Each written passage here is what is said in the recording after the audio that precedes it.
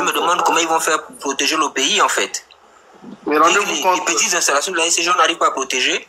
Non, rendez-vous compte. On est en danger. Ça veut dire que n'importe qui peut venir mettre le feu là partout et ils vont tous finir là-bas. Non, puisque le problème, c'est juste le saboteur. Ben vraiment. Non, moi, je ne crois pas à la version du sabotage. C'est une fuite en avant. Moi, je pense que... Tu ne peux pas remettre en cause la version officielle. On a dit les saboteurs. Ok, d'accord, les saboteurs. Moi, je prends pour exemple... Ils ont dit qu'il y a un gars avec une paire de ciseaux qui a coupé le fil, c'est ça. Ils n'ont pas encore la force de nous dire que c'est Billy Binté. C'est Billy Binté qui allait faire ça. Billy l'exagère aussi. Moi, c'est que je ne... Vous voyez, par exemple, rendez-vous compte que lorsque certains syndicalistes parlaient, c'est-à-dire que lorsqu'il faut envoyer les gens en formation, les techniciens en formation, c'est pas les techniciens qui vont en formation, ce sont les directeurs qui vont en formation. Maintenant, lorsqu'il y a des situations d'urgence qu'il faudrait des gens pour la main pour aller résoudre le problème, mais les personnes qui étaient censées aller faire les formations sur certains groupes, sur certaines machines, tout, ne vont pas. Les directeurs sont dans leur maison et après on dit non, ce sont les techniciens qui sont incompétents. Ça aussi c'est un problème, c'est un problème réel. Donc il y a tellement de mensonges dans cette histoire qu'aujourd'hui ils ne peuvent pas. Tu peux mentir sur les discours, mais sur la théorie, sur la pratique, tu peux ne pas mentir, tu peux plus mentir. C'est ce que les Gabonais, les populations sont en train de subir.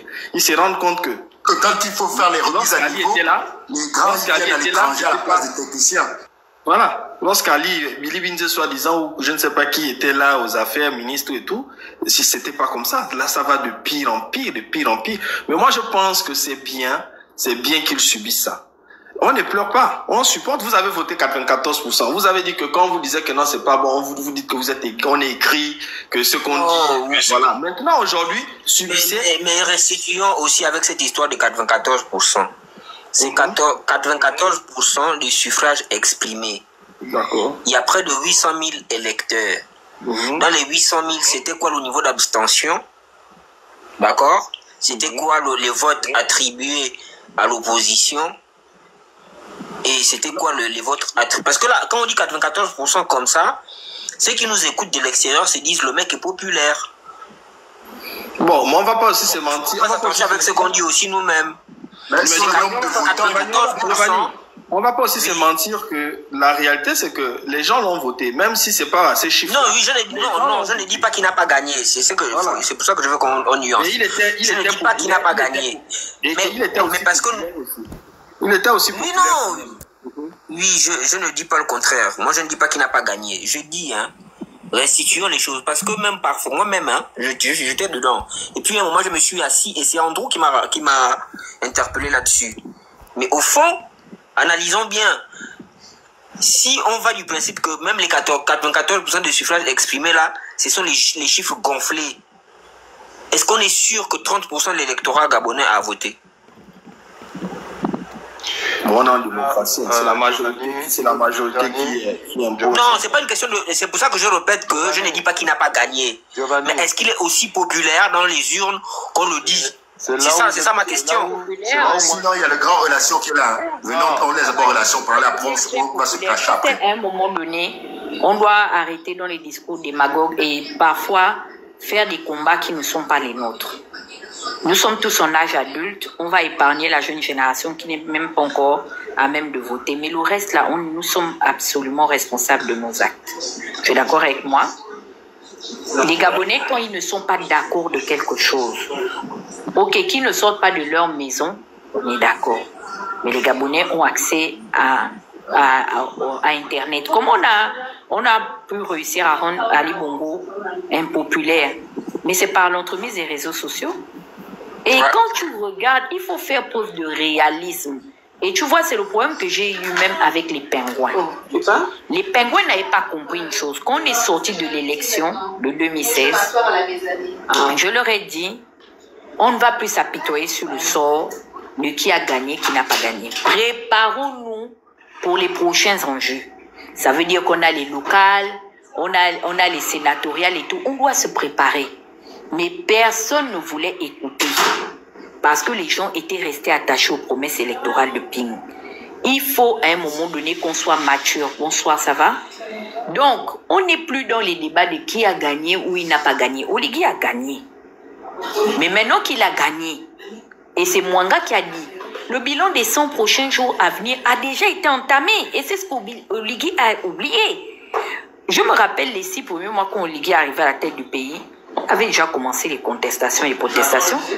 Sur quoi s'accrochaient les opinions des Fongola et tout, la ribambelle là qui avait fait un bouclier autour de lui.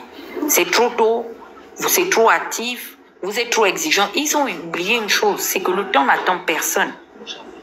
Nous sommes passés à plus de 6 mois, nous avons fêté les 1 an de la transition et même malgré ça, les Gabonais ont estimé que eux, ils avaient fait le choix.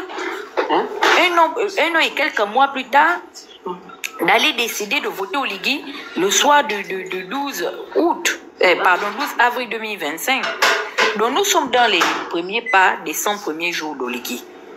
Qu'est-ce qu'il en est? Pourquoi la situation perdure? Puisque Princesse l'a dit. Quel était le propos d'Oligui, si tu permets, ma cadette, pardon, demandez-moi de poser. Comme disait Oligui, qu'il fera de quoi? Il fera de la situation de l'eau et de l'électricité une priorité. C'est ça, non, princesse? Ou bien tu es en train de dormir? Une priorité nationale. Merci. C'était même l'exclusive mission avec la restauration des institutions de la transition. Merci. Tu parles de restauration des institutions, mais la première institution, même le petit Baltique l'a dit, la première institution, c'est d'abord l'individu. Parce que nous devons garantir quoi? Les conditions de vie des citoyens que nous sommes. Presque 2 ans, on va bientôt à 3 ans. Il faut qu'on arrête d'infantiliser les Gabonais. Ils vont comprendre quand. Nous, quand on a amené Ali Bongo aux urnes en 2009, 2010, 2011, on avait déjà compris qu'il y a quelque chose qui n'allait pas. À partir de 2012, tout explosait en plein vol. Les voix ont commencé à vraiment se faire entendre. 2013, c'est-à-dire que la séparation avait déjà été consommée. 2014, c'est là où tout implose. Il y a le bloc de l'opposition qui se crée et tout ça, et beaucoup de personnes arrivent dans les rangs de l'opposition pour renforcer la société civile qui était déjà là, qui était à l'époque les plus grands lanceurs d'alerte. Nous, on a hérité du combat de la société civile. Donc moi, je ne veux pas qu'on reste nostalgique de ce qui s'est déjà passé. L'histoire est là. Même s'il faille revenir sur les réalités du véritable verdict des urnes de 2025. Mais pour l'instant là, on n'a pas les compétences requises pour remettre en doute de manière palpable l'irrégularité de la victoire d'Oligui. Nous sommes sur les faits. Il gouverne. Et Oyemba l'avait dit, Ping a gardé la légitimité parce qu'il a été le choix du peuple. Mais Ali Bongo a géré dans la légalité parce que les institutions l'avaient élu président de la République. Donc, il ne faut pas qu'on se trompe d'objectif. Nous sommes face à quelqu'un, si on ne fait pas attention, il va rester là. Et le risque qu'il puisse rester là, c'est quoi? On a maintenant les Valentins qui sont de l'autre côté, qui ont forcément l'argent que nous, on n'a pas, qui ont également des adresses, des collaborations et des proches que nous, on n'a pas, qui peuvent même influencer l'avenir du Gabon. Et si ces gens, ça reviennent à la tête de ce pays, ça va être même pire. Ce sera un véritable carnage. Oligui devient un potentiel danger même pour notre propre survie, même à l'extérieur du Gabon. Parce que les Bongos ont déjà goûté à notre niveau de nuisance. Ils savent ce de quoi nous sommes capables. Est-ce que vous pensez que un autre Bongo, même admettons même que ce soit Omar Denis Bongo Ondimba qui viennent là, vous pensez qu'ils vont permettre que nous puissions encore nous exprimer par l'entremise des réseaux sociaux? Si on ne fait pas attention, le Gabon va devenir le Burundi 2. Nous, quand on a commencé à faire le cyberactivisme, les Burundais étaient présents sur les réseaux sociaux. Pourquoi les activistes burundais se sont tués? Kourouziz a commencé à récupérer les familles à la Tramontina, à la machette. C'était très... Kourouziz, il n'a pas joué avec l'opposition burundaise. Et c'est comme ça que beaucoup d'activistes burundais se sont tués. Parce qu'on cisaillait maintenant les familles sur place. Donc, moi, je pense qu'il faut qu'on revienne sur l'essentiel du thème. La situation des coupures est là, elle persiste. Ils nous ont vendu Capower Shift ou Capower Shed comme véritable potentielle solution. de l'association des coupures intempestives. Combien de mois après, la centrale flottante ne garantit toujours pas l'achalonnement de l'eau et de l'électricité? Qu'est-ce qu'on doit faire? Donc c'est ça en fait. Je n'ai pas de problème avec Andrew, c'est un frère qui est très pertinent, qui est éloquent. Je trouve que c'est un très bon communicant, mais parfois je suis un peu intransigeante, c'est-à-dire que ce qu'on fait c'est de la pédagogie, mais dans ce que l'on appelle de la psychologie inversée. Vous voyez, non? Même nous les Gabonais, on fait ça beaucoup aux Camerounais. Et vous avez remarqué que depuis que les Gabonais même sont sortis, les Camerounais sont sortis après nous. Parce qu'ils ont eu honte pour dire que, même le petit Gabon que nous on méprise, qui sont deux là-bas, ils sortent quand même dénoncer la dictature. C'est derrière nous que l'opposition camerounaise est sortie. Comment ils appellent leur organisation? La masse ou quoi? Donc, il faut attraper Oligui. Là, il est vulnérable. Les Valentins sont en train de taper à gauche. Nous-mêmes, on est sortis à droite. Là même, on n'a même pas encore commencé. On pose encore des questions. Sinon, bientôt, on aura les réponses à nos questions. Parce que, rendez-vous compte que chaque mois, il y a un magazine, ou du moins 2 magazines, qui parlent de l'actualité principale du Gabon. Et qui même développent sur les thèmes que nous, les cyberactivistes et les activistes et les défenseurs de la Ligue des droits de l'homme, entretenons sur la place des débats.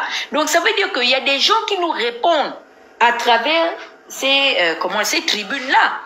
Moi, j'aimerais que la prochaine fois que la lettre du continent puisse nous édifier sur ce qui se passe, les secrets de Polichinelle, entre notre palais, qui nous explique, au-delà du fait que c'est vrai qu'il y a la bagarre judiciaire aujourd'hui entre Oligui et les Bongo Valentins, mais sur la vérité des contrats qui ont engagé Capoeurship. Moi, j'aimerais vous dire même que j'ai eu des confidences qui peuvent démontrer au jour d'aujourd'hui qu'il n'y a jamais eu d'appel d'offres à titre officiel. Maïs Mouissi est dans l'obligation de sortir. Venir nous expliquer comment il se retrouve à collaborer avec Capoeurship. Des gens, des noms, nous pouvons en citer. Où est l'appel d'offres pour faire appel à Capoeurship? Donc, je me mute, mon frère Steven. Termine ton propos, désolé. Et on va donner la parole à Giovanni. Si Princesse veut aussi parler, il n'y a pas de problème. Non, tu as tout dit, en fait. C'est le problème du courant de l'eau au Gabon est vraiment quelque chose de très, très, très triste. On risque de se retrouver comme certains pays en Afrique de l'Ouest en achetant les groupes électrogènes pour pouvoir alimenter nos maisons, parce que à cette allure, rien ne montre qu'il y a une volonté véritable de vouloir améliorer les choses. Parce que lorsque un ministre passe à la télévision pour accuser, à chaque fois c'est ça, ils ne veulent jamais assumer. Ils sont toujours en train de trouver des boucs émissaires, alors que c'est leur incompétence qui est le résultat de ça. Et moi, j'ai toujours tendance à le dire, c'est qu'ils ne sont pas à la place qu'ils devaient être. Voilà. Et donc, du coup, on ne peut pas tricher avec la compétence. Et c'est ce qui est en train d'être vu et suivi par les Gabonais. Et aujourd'hui, la population ne fait que réaliser qu'effectivement, ils ont mis à la tête quelqu'un qui ne devrait pas être là. Voilà. Et moi, je le dis, au départ, j'étais sceptique, j'étais très, très, très, très enthousiaste. Mais après, je me suis rendu compte que le système n'a pas changé. C'est juste Ali qui est parti, mais tout le reste, c'est les mêmes personnes. Et avec ces mêmes personnes, avec ce même système, avec les mêmes méthodes, on ne peut pas améliorer le pays. Donc, on va aller de pire en pire. Et c'est ça que les Kounabelis et les Edungé ne veulent pas comprendre. Ils sont toujours en train de dire c'est pas la faute du président. Vous êtes sûr que si c'était Billy Bindié ou si c'était quelqu'un d'autre, il ne devait pas avoir ces problèmes de coupure. Ils sont toujours en train de faire une fuite en avant alors que le problème, il est sérieux. Le problème, il est sérieux. Powership, on nous a vendu. On nous a dit que le problème du courant, on devait résoudre ce problème. D'accord, ça c'est au niveau de la capitale. Mais pourquoi ça s'étend à l'intérieur du pays? Pourquoi ça s'étend à l'intérieur du pays? Aujourd'hui, il y a des villes et des provinces qui sont dans le noir. Moi, je prends un exemple. Bon, moi, j'ai quand même été un peu dans le Haut-Togo, j'ai été.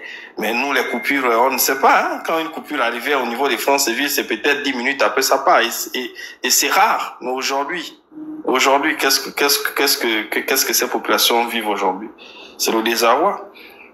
Et même là, on risque de... Il y a une... Je ne sais pas si vous êtes informés, mais on risque d'arriver à une catastrophe. Le pont de Poubara, le barrage de Poubara, il y a des fissures. Il y a des fissures, l'eau commence à passer. Et ça, il faut l'entretien. Comment ça? Ben ouais. Il y a des villages à côté. Il y a des villages à côté. Oui, mais ça commence au niveau de... Quand vous allez au niveau de... Parce qu'elle est au niveau de Sucaf. Quand vous allez combien de kilomètres à côté? Oh, attends, tu as dit que le barrage quoi? Le barrage quoi? Parce que là, c'est très grave, là. Ben ouais, mais tous ceux qui sont à Poubara, tous ceux qui sont au niveau de la Sucaf... La pression hydroélectrique qui va passer là, c'est grave, hein? Pour ceux qui habitent... Ouais, mais l'eau commence déjà à gagner les champs de canne. L'eau commence à gagner les champs de canne. Il y a déjà... En fait, là, il faut évacuer. Moi, j'ai été, l'eau commence à gagner les champs de canne et tout le monde sait qu'il y a des fissures. Tous ceux qui sont autour Et les champs de canne sont à combien? À 2 km? Non, les champs de canne sont... Les habitations? Non, les habitations sont... Bon, la ville est un peu plus éloignée. C'est peut-être... La ville peut être à 20 km, mais les champs de canne sont proches parce que ça s'étend sur... Ben ouais, mais là, c'est pas bon. En allant vers le Goué. Donc, c'est ça la réalité. Qu'est-ce que l'État communique là-dessus? Non, il ne communique pas. Tous ceux qui sont au niveau de... Un mode opératoire d'évacuation. Parce que c'est dangereux, hein? Ouais, il faut évacuer, en fait. Oui, c'est pas à lui qu'il faut poser ces questions. Lui, il est juste en train de vous donner une information. Une information qui peut être vérifiable. Qui peut être vérifiable. Et voilà, quoi. Tous ceux qui sont au niveau de Poubara, au niveau de Mvengue, Sucaf, savent de quoi je parle, quoi. Et ça, c'est quelque chose qui est là depuis déjà plus de 3-4 ans. C'est ce constat, bon. Et là, Quand Ping ne vient pas nous répondre pour l'affaire des détournements de Sino Hydro, où il avait été payé, lui et sa mère Pascaline, pour les barrages hydroélectriques, non? Il ne vient pas répondre de ça. Moi, je ne comprends pas, en fait. Oligui est venu pourquoi? Qu'est-ce qu'il veut? Parce que la liste des personnes de l'argent en tant que soi-disant contractuels ou bien acquisiteurs des appels d'offres de marché de gré à gré. Ils sont là, ils sont parmi nous. Des noms, nous pouvons en citer. Qui ont détourné l'argent de combien de générations? Imaginez ces personnes qui décèdent aujourd'hui par manque d'oxygène ou manque d'électricité dans les services médicaux dans lesquels ils sont aujourd'hui hospitalisés ou bien internés. Et des gens se baladent en longueur de journée, en fait. Ce monsieur a détourné l'argent des sites de barrages hydroélectriques, que ce soit dans le Haut-Ogooué, que ce soit dans le Ogooué-Lolo, que ce soit même dans la Nyanga. C'est pour ça qu'il avait un mandat international sur sa tête. Ouattara l'a protégé dans le pays de sa mère. Il revient quelque chose. Aujourd'hui, il faut pavaner dans la transition. Voici les gens qui sont responsables de la situation de la SCG. Affirmatif, vraiment affirmatif, ça c'est vrai. Je ne comprends pas ces gens-là. Avec tout l'argent qu'ils ont déjà volé, mais à un moment donné, il n'y a pas une... Comment dire, on ne se satisfait pas de ce qu'on a déjà. Ils veulent toujours plus. Ping a déjà mangé depuis Bongo père, il est arrivé Bongo fils, il a encore traversé la transition avec Oligui. Il est toujours en train de négocier pour manger. C'est pas possible. Et tu sais les raisons qui ont amené Ping dans l'opposition. Il faut que tu poses cette question-là. Il est cohérent, Ping. On avait coupé les marchés, donc il était fâché, donc il s'est fâché et il est devenu opposant. Et son discours de sortie du système, c'est ils ont voulu m'emmerder, je veux les emmerder, mais laisse pas faire mes affaires. Mais il est parti réclamer à Oligui l'argent de son local qu'on a cassé apparemment en 2016, non? Mais il n'a pas parlé des morts qui sont sortis là-bas. On l'a dédommagé seulement. On a vu la vidéo là circuler, la dame qui parle de ça là. Que Ping est parti réclamer l'argent au Oligui pour le dédommager de son QG qui a été saccagé, mais il n'a même pas mentionné une seule fois les personnes qui ont disparu là-bas. C'est fou, hein.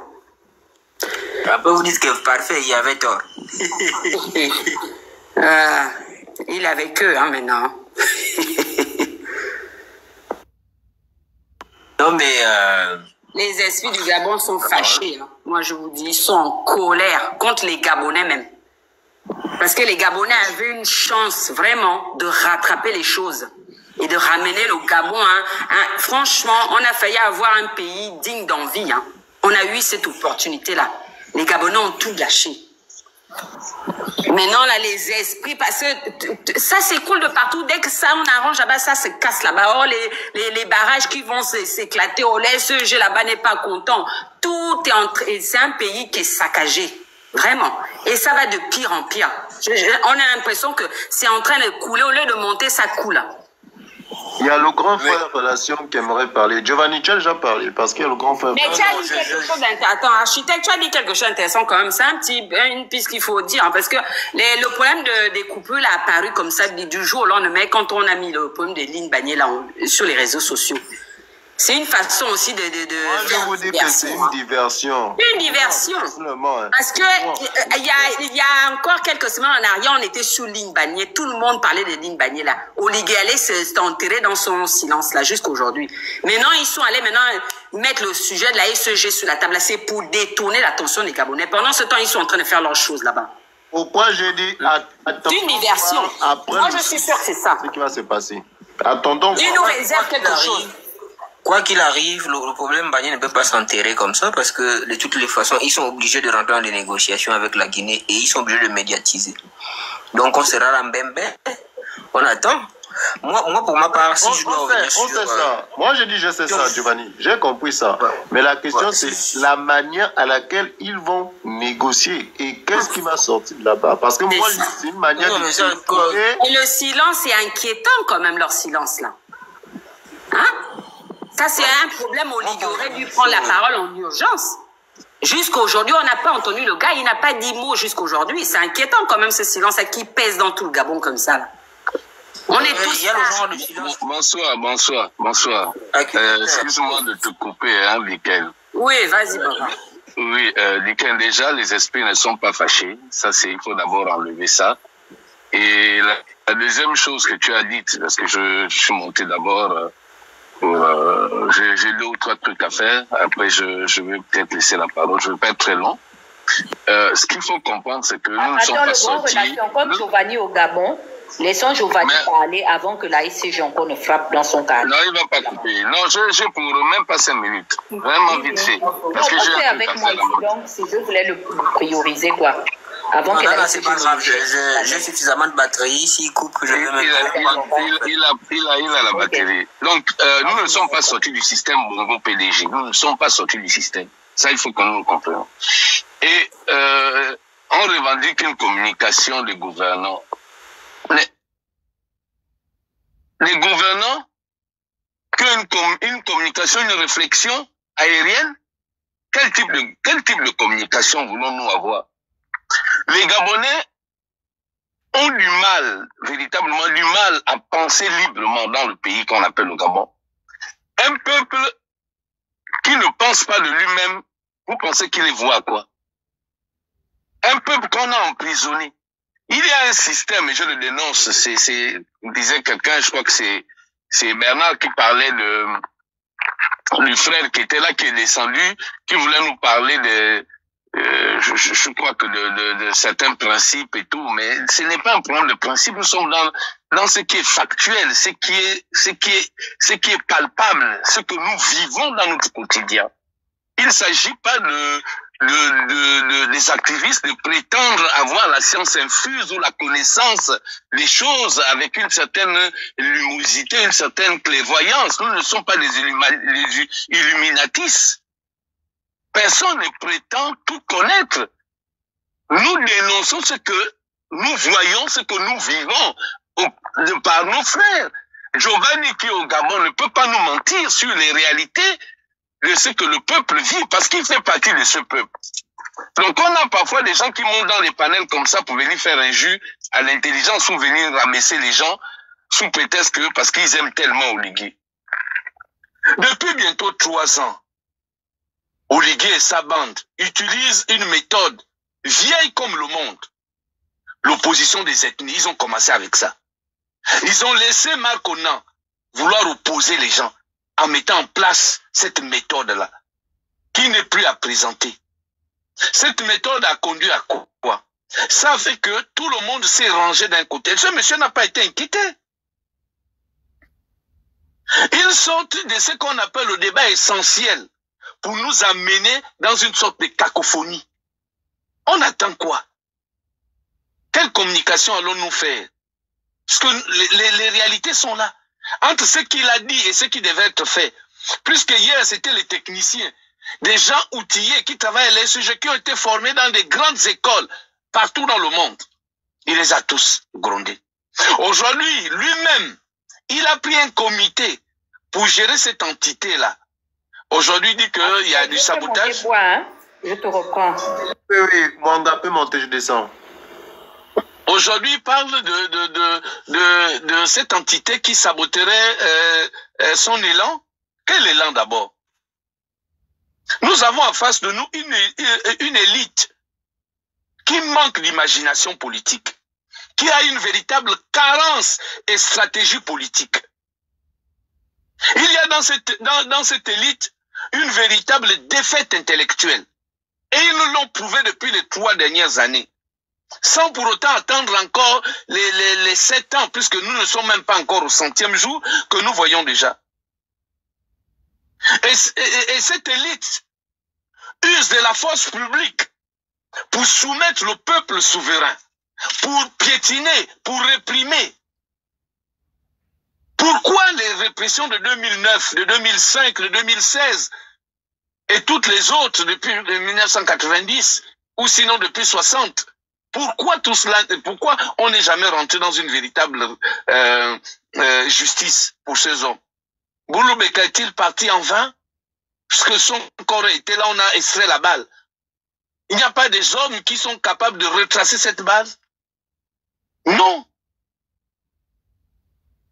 Ils ont mis à côté la justice. Nous ne pouvons pas avancer sans une véritable justice.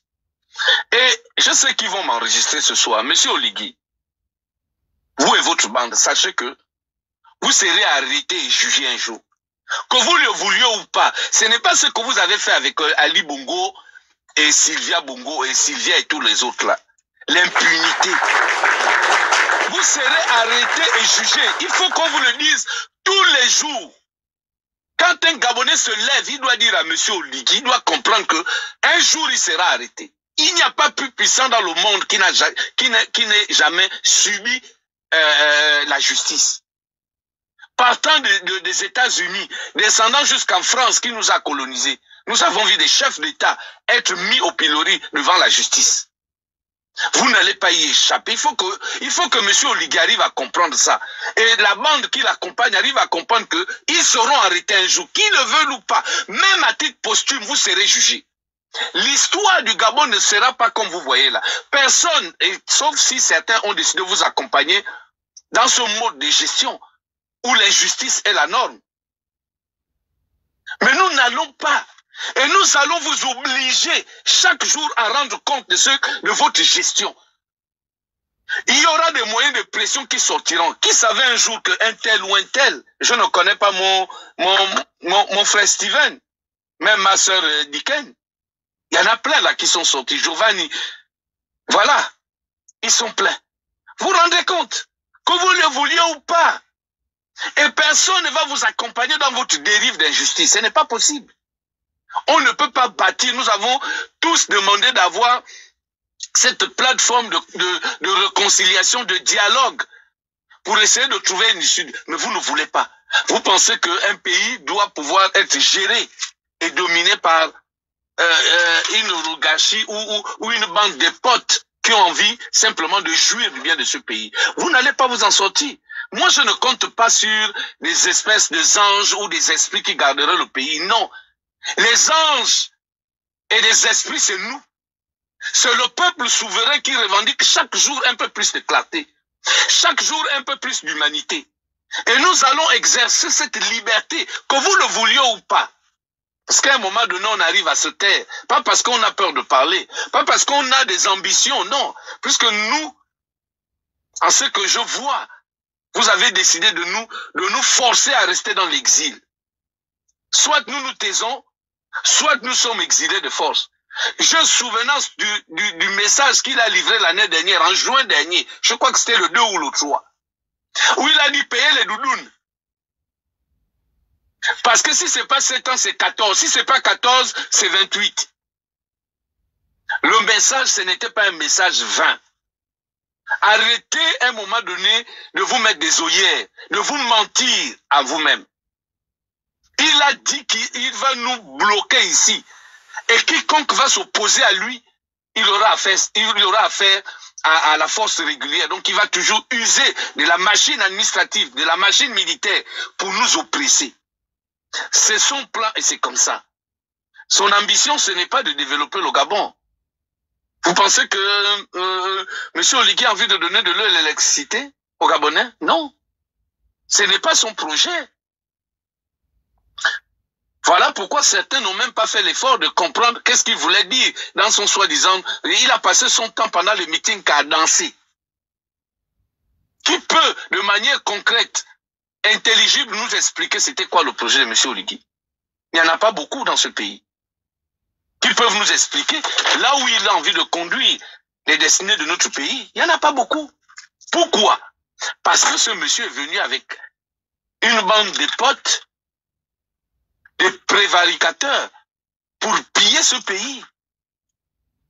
Et tant que nous ne sommes pas debout, tant que nous ne réclamons pas un peu plus de justice, parce que la justice, que vous le vouliez ou pas, même dans les pays développés, on se bat pour que la justice s'établisse.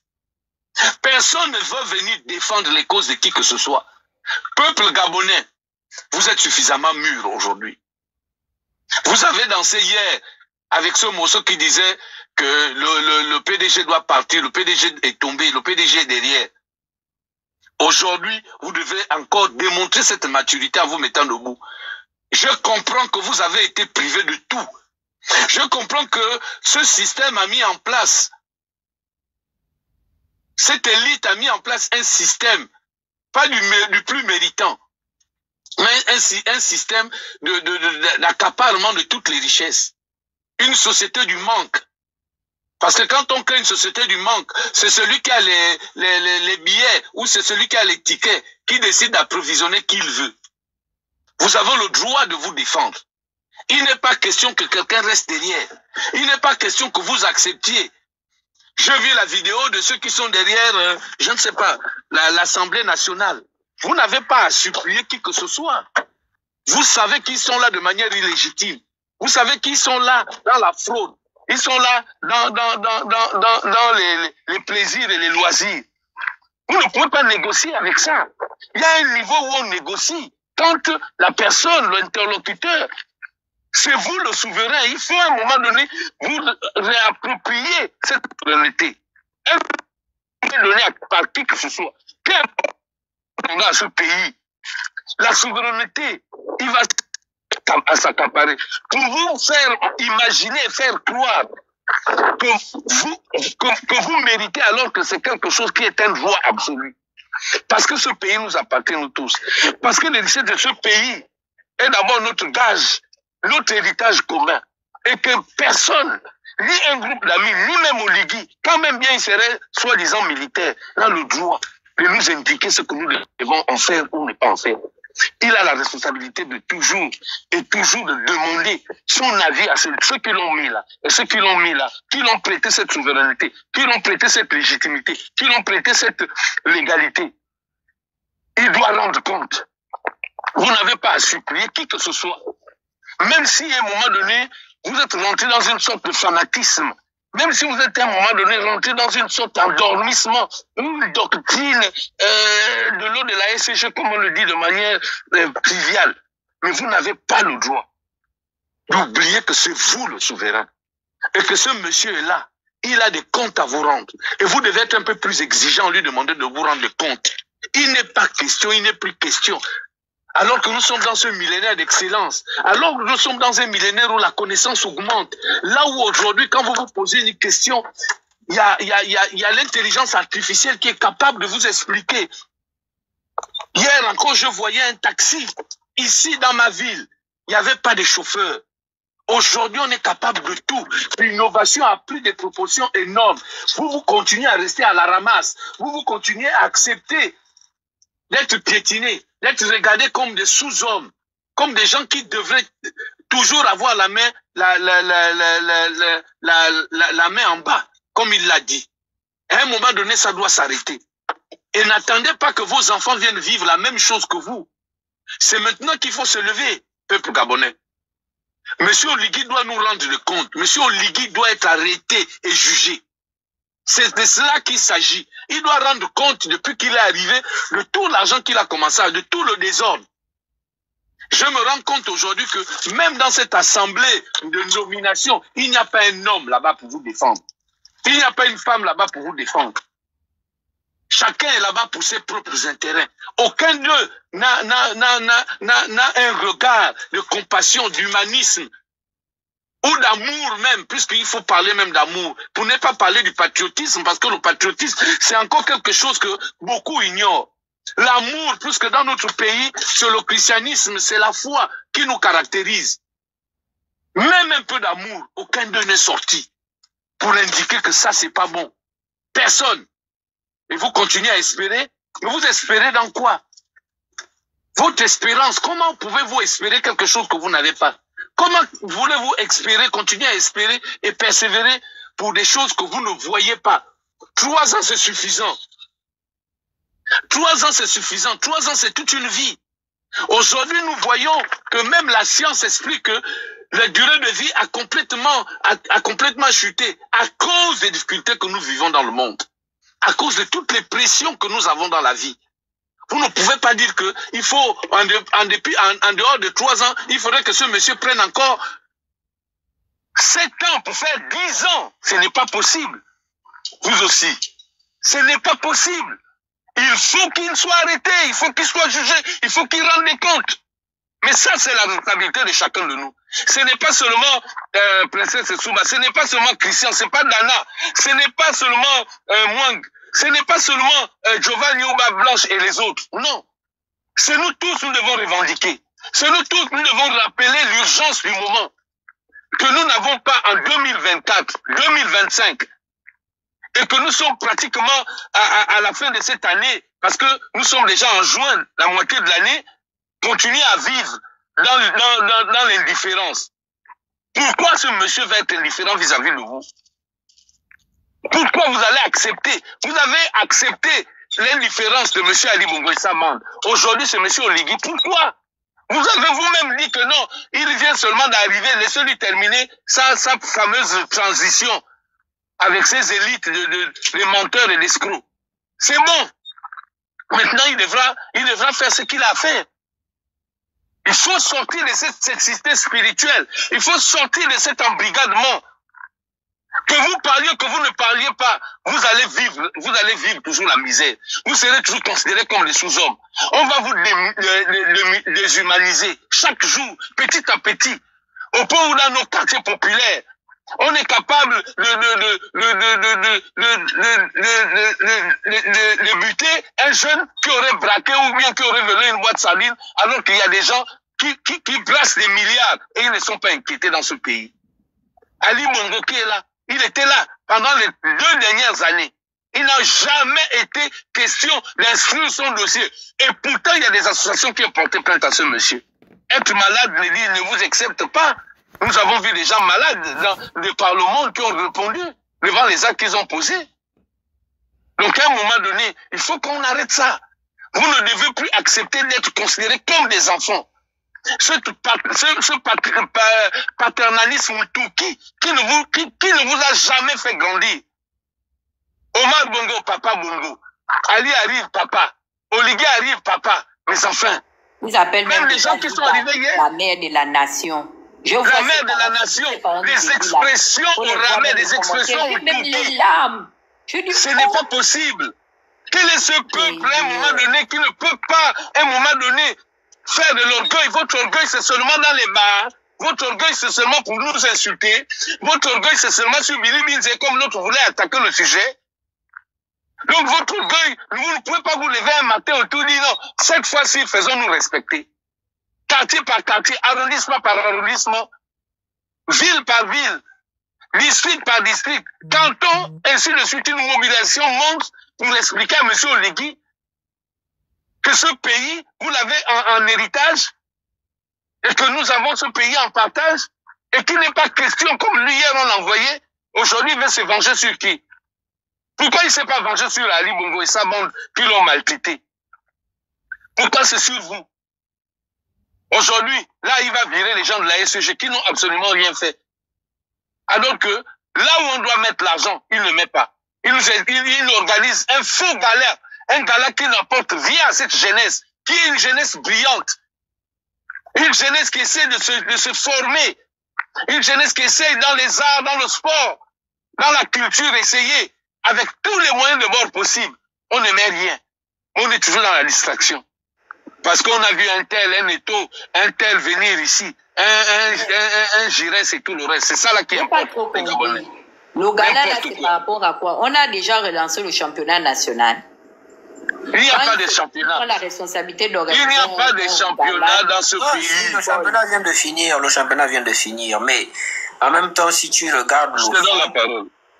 Ouais, merci. Bon, déjà, je vais revenir sur la thématique centrale, hein, le bilan.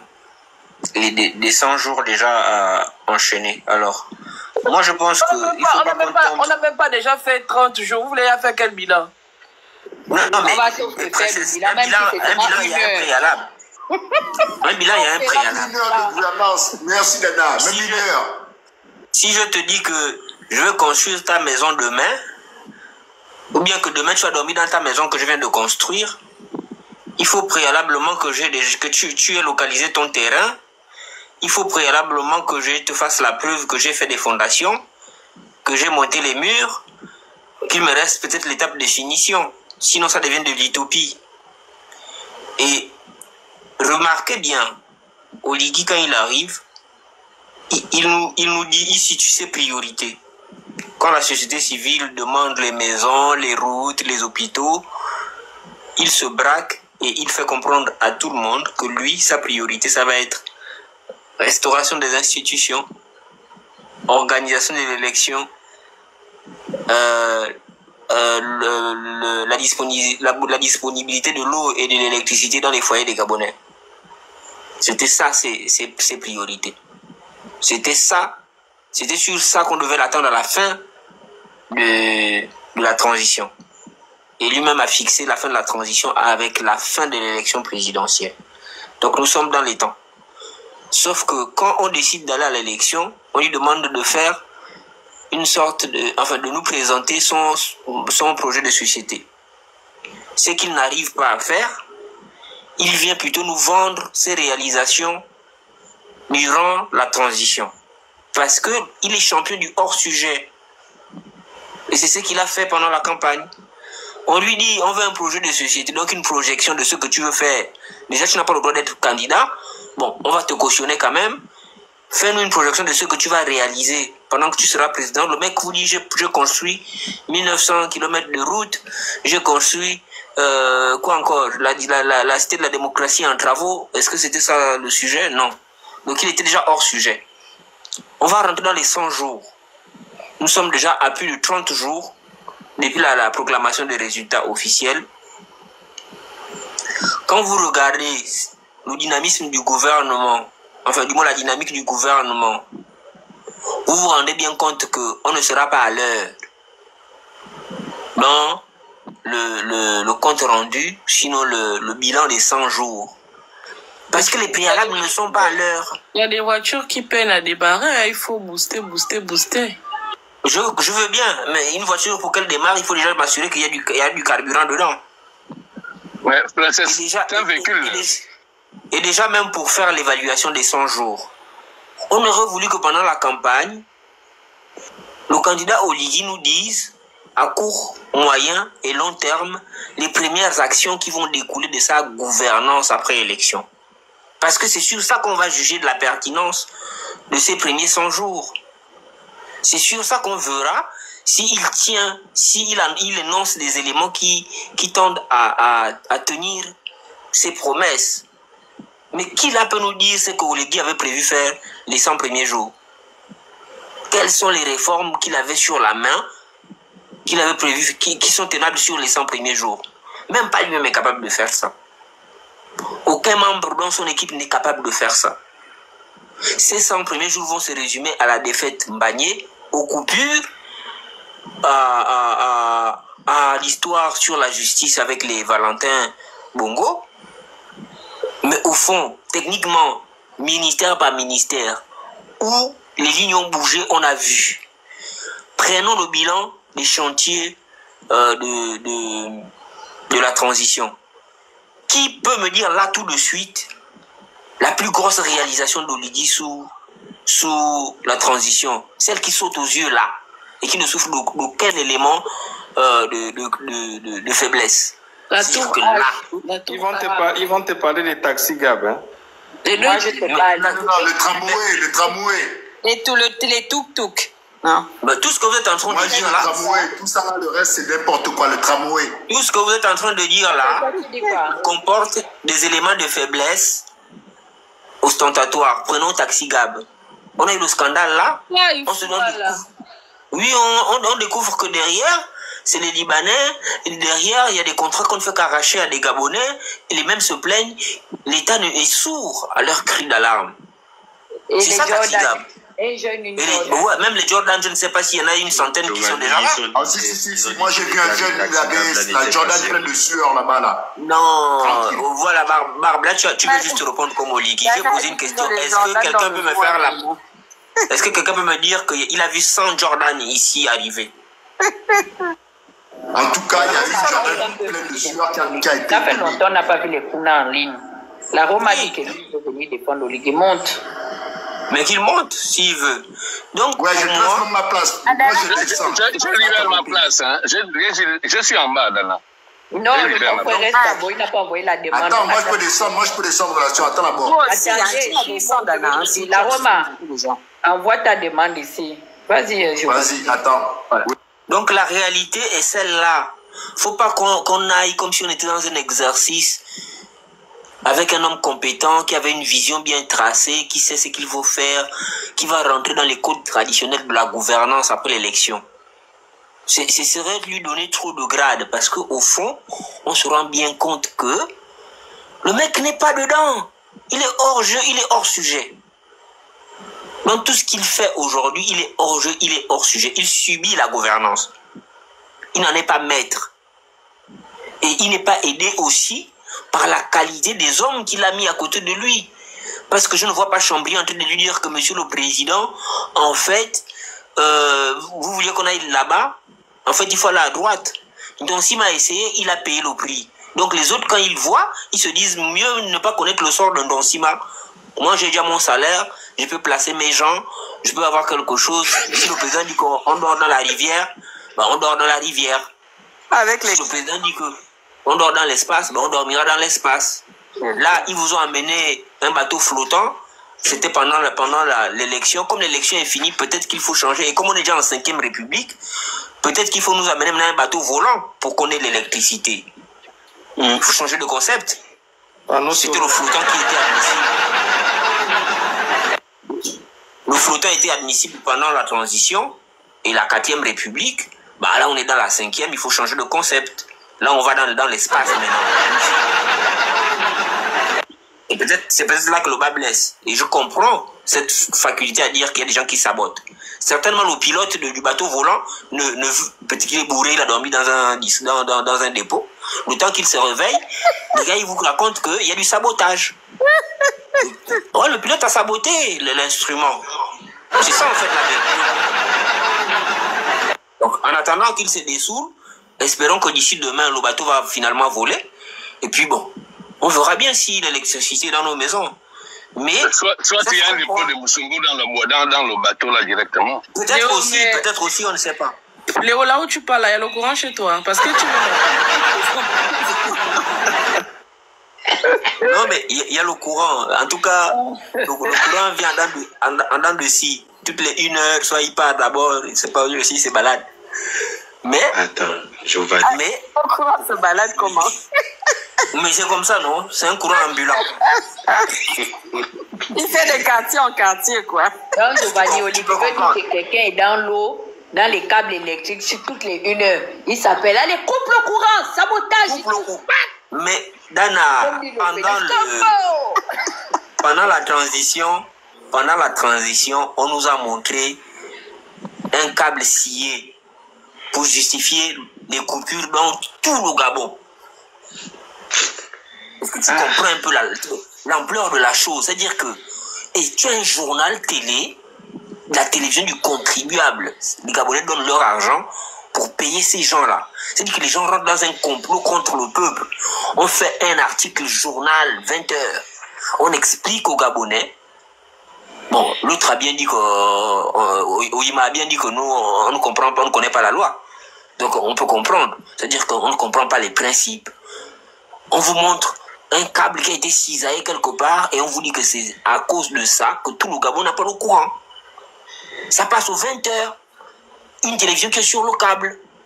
C'est-à-dire que le gars qui nous regarde au Burundi s'est dit, donc tout le Gabon est branché à un même câble, le même réseau. La honte, le même réseau. Vraiment. Ça n'a aucun respect. Donc, à la marée, les gens aussi sont là-bas, ils coupent le courant au même moment. Vous n'avez pas vu Chocolat qui faisait le live. Chocolat Défi, à un moment donné, était dans son live, ça a coupé quand même, il se trouvait dans le noir.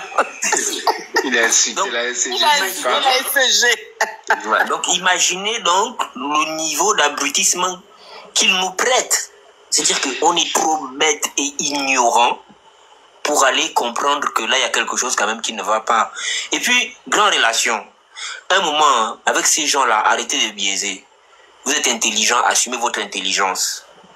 Parce que tout ce que l'on dit là, on le pense, on le conçoit, on connaît notre pays. C'est simplement la preuve qu'il y a des Gabonais qui sont capables. Et qu'on arrête, parce qu'on fait se cacher derrière les histoires, il faut être humble, il faut avoir de la retenue. C'est faux, c'est des incompétents. Cela ne peut pas nous amener quelque part. Donnez-moi le pays là, 15 minutes, je fais mieux qu'Oligui. Moi, il faut doser. Non, moi je te dis la vérité. C'est pas une question d'arrogance, il faut le leur dire. Princesse, toi tu peux comparer Giovanni Oligito aussi.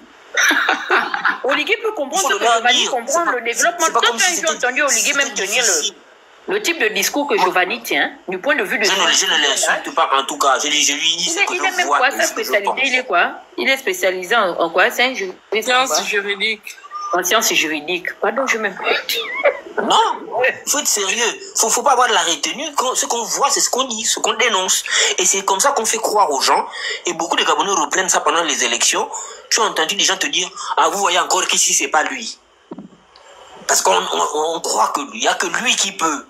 Mais il a fait quoi d'extraordinaire que toi, tu ne peux pas faire, grand? Mais ça Giovanni, permets-moi, ça, c'est complètement fou, quoi. C'est-à-dire que dans un pays où on a des docteurs, on a des éminents docteurs, on a des ingénieurs, on a des personnes qui ont des MBA. Et puis, tout ce monde-là, il s'asseye pour vous dire que si c'est pas Oligui, qui peut gérer le pays?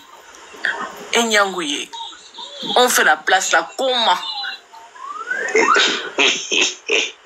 Les gens qui sont à l'école, c'est-à-dire que le taux d'alphabétisation au Gabon, il est, je crois, à 80%. On a des intellectuels, des gens excessivement intelligents. Et puis tout ce monde-là s'assoit pour dire que, en dehors de Ligui, qui peut gérer le Gabon? Tous ces gens-là, ce sont des théoriciens. Donc moi, quand je vois mon grand Christian Régoula... Attendez, je finis s'il vous plaît. Laissez-moi terminer. Et c'était mon temps de parole. Si je vous laisse quelques bribes là après, vous me prenez au pouvoir. Moi, on ne m'arrache pas le pouvoir. Quand moi je vois mon grand Christian Régoula, tout le patriotisme que ce papa-là a montré ici, avec ses enfants, il a pris le risque. Tous les sujets qu'il traite avec autant de structuration, vous allez me dire qu'un Gabonais comme ça là ne peut pas gérer le pays? Vous allez me dire qu'il ne sait pas où aller cogner? Il ne sait pas quoi faire, quelle décision il faut prendre, quelle orientation il faut prendre? Mais la preuve, les mêmes gens là avec qui il était au dialogue, il était là-bas, non? quand il faisait les panels pour discuter des questions, même juridiques, qui leur donnait du fil à retordre? C'était pas lui. C'était lui. Qu'on arrête de sous-estimer les gens dans ce pays, qu'on arrête nous-mêmes aussi de nous effacer au nom de ce qu'il faut rester humble et mesuré. C'est là où on nous gagne. Le problème de la SCG là n'est pas difficile. Si on t'a dit que c'est 120 milliards qu'il faut mettre pour arranger, on commence, tu appelles même les ingénieurs de machin. On commence par où? Qu'est-ce qu'il faut acheter avant? Qu'est-ce qu'il faut monter avant? On t'a expliqué 2-3 jours, l'argent est disponible, on a mis. Mais vous avez pris l'argent là-bas acheter les avions. On vous a vu? Qui a demandé même d'aller vite aux élections? Qui a demandé ça? Quel intérêt on avait? Quel intérêt on avait? C'est-à-dire que si Oligui était venu dans l'optique de ramener un peu de paix et de dignité dans les foyers des Gabonais, même s'il voulait rester 10 ans sans faire les élections, tant que l'on voyait les choses se bouger dans tous les secteurs d'activité, tant qu'on voyait une justice se mettre en branle, tant qu'on voyait une administration qui essayait de s'épurer pour fonctionner normalement, tant qu'on voyait les situations avancer, ça aurait embêté qui de rester même 10 ans sans élection? Combien on a mis pour les élections? Combien on a mis pour les avions? Combien on a mis pour les voyages pendant cette période-là? Pour les dialogues, pour les constitutions et autres, référendums, combien on a mis pour tout ça? Pour ne pas trouver une solution pour le problème d'eau et d'électricité. On avait suffisamment d'argent pour faire ça. Le problème, c'est les priorités. On veut devenir président de la République parce qu'on veut paraître un homme du peuple. Parce qu'on veut montrer aux gens à l'extérieur que moi aussi, je suis un président. C'est ça, en fait. C'est ça qui nous amène là. Maintenant, là que vous êtes face à la réalité, la gouvernance est maintenant sur vous. Gouvernez, maintenant on va voir. Vous fouillez encore, vous faites encore, bon, vous avez vu, non? Prenez la parole à chaque fois, venez expliquer, la télévision était prise en otage. Venez nous expliquer maintenant ce qui se passe. La gouvernance est là. Tu veux gouverner, non? Voilà maintenant la gouvernance. Sortez nous expliquer comment on a fait pour perdre Mbagné. Sortez nous expliquer comment la justice fait pour être muette et aveugle quand des gens dont vous-même vous avez dit que vous avez les preuves de leur culpabilité se retrouvent ailleurs. C'est quelqu'un d'autre qui quitte son pays avec son avion. Il vient chercher des gens qui sont censés être en prison au Gabon, qui ont commis des forfaits au Gabon, qui ont des comptes à rendre au peuple. Ils se retrouvent sur une terre étrangère et c'est par eux qu'on découvre que ces gens-là finalement sont partis. Expliquez-nous, puisque hier c'était les civils qui avaient échoué. Ils sont incompétents. Ils doivent s'effacer pour laisser place aux militaires, des hommes forts, patriotes et dignes. Quand vous avez dit que tout le monde doit faire la formation militaire, c'était pour avoir quoi? C'était pas l'esprit patriotique. C'était pas pour avoir la force de caractère. Voilà maintenant les épreuves de force de caractère. C'est là qu'on devait voir que non, là, on sent que oui, là c'est un militaire. Mais pour le coup, tout ce qu'on voit, c'est mou. Hein? C'est la mollesse. Même Hollande n'était pas comme ça. C'est la mollesse qu'on voit, il n'y a rien. La force, c'est quand il faut nous attraper dans les quartiers, nous bastonner, nous mettre dans les prisons, c'est ça. C'est nous autres là, les points faibles. C'est là-bas qu'on voit les hommes forts. C'est pas ici.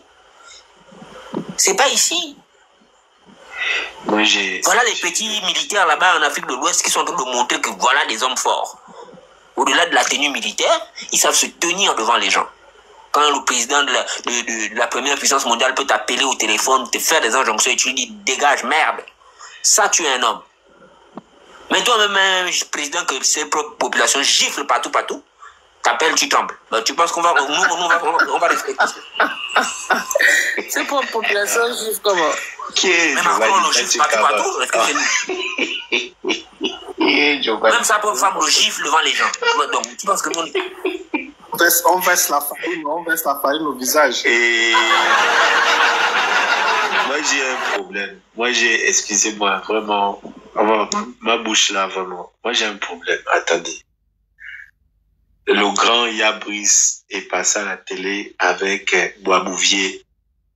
Il a dit que, excusez-moi, et puis il a fait le geste que Ali avait la main et soit bonbon. Donc, il est pour J'ai vu ça. Non, j'ai la vidéo là, même si c'est pas, j'ai la vidéo. Il a dit que Ali avait la main et soit bonbon, donc il ne pouvait pas signer. Donc, il sait que c'est Sylvia qui signait. Parce que Boubi a dit que, donc, c'est vous qui dites, il dit non, c'est pas ce qu'il a dit, ok. Donc, ça veut dire qu'elle était élément nuisible à l'État. Comment elle fait pour quitter le Gabon? Moi, je ne comprends pas. Le grand nous explique la partie là comment, parce que la grande n'est plus au Gabon, elle n'est plus en prison. Alors que, c'est un faux grand. Il faut pas l'appeler le grand, c'est un faux grand. Non, il n'est plus grand. C'est un faux grand. Même si, c'est un faux grand. Moi, je veux comprendre parce que. Oh, t'as toujours pas. Pourquoi t'es court au pied des Jules Bertrand là-haut?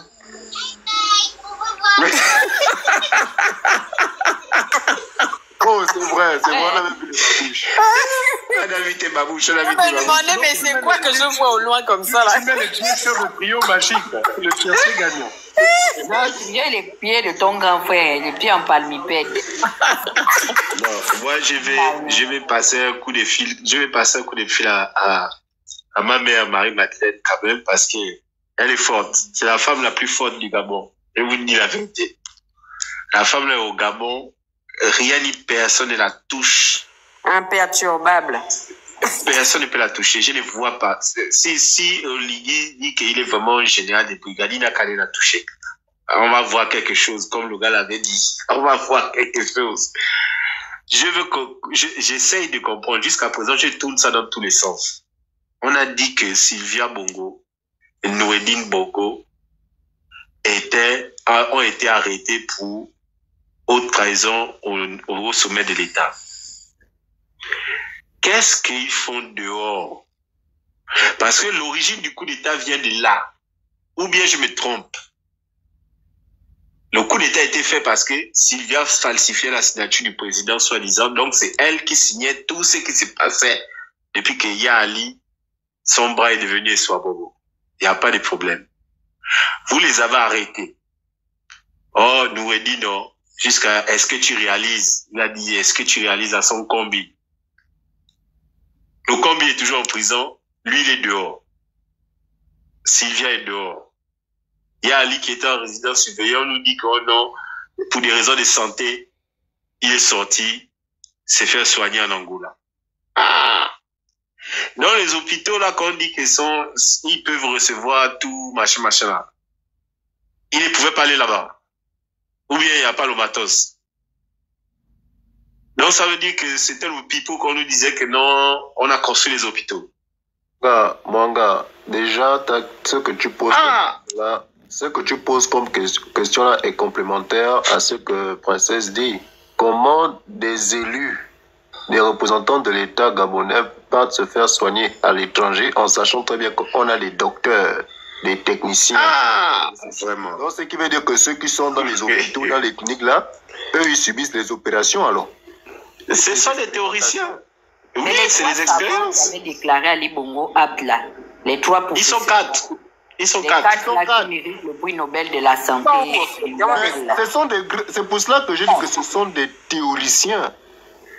Moi, je vous dis la vérité, moi, je vais leur porter plainte. Hein. Moi, personnellement, je vais leur porter plainte parce que ils ont fait une autre trahison au sommet de l'État. Ils ont dit qu'Ali était en forme en 2023. Le coup d'État est venu nous dire qu'Ali n'était pas en forme. Donc, ils nous ont menti au peuple. Ils pouvaient même signer parce que leur certificat d'aptitude peut les légitimer Ali devant un procès parce qu'ils sont habilités, ils sont sous serment. Donc, quand Oligui insinue que Ali ne pouvait pas signer, donc il contredit le verdict. Les docteurs.